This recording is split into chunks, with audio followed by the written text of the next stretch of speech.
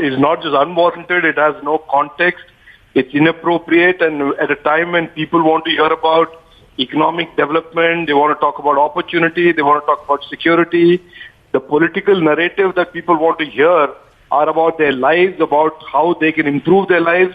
You have young leaders going around, so-called young leaders, talking a language that went out of fashion many, many years ago. And I just don't understand what is the objective, what you hope to achieve. Khoon ki dalali is about as out there as a political strategy and a political statement as, escape velocity to Jupiter. I think Congress is having a terribly bad week. First, they made a mistake of asking for evidence. Then they claimed they did cross-border raids, and that was contradicted by the army. And now you top it all off by saying something absolutely ridiculous. It is not silly. It is not. I don't want to use words like condemnable and all because that sounds so normally political.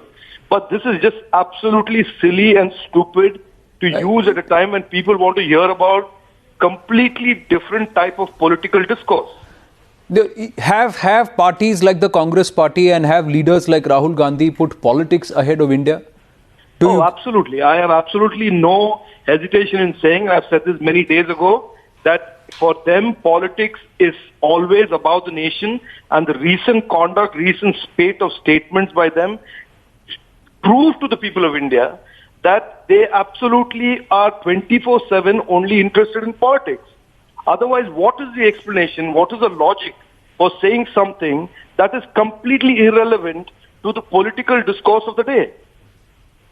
Because they feel they can exact their political pound of flesh, sir. Because they feel that it's okay to play politics, whereas when you should stand as one. That's what they have done. And just because the government gets some accolades for backing the armed forces and showing some gumption, they get insecure, Mr. Rajeev Chandrasekhar. That's exactly what is happening.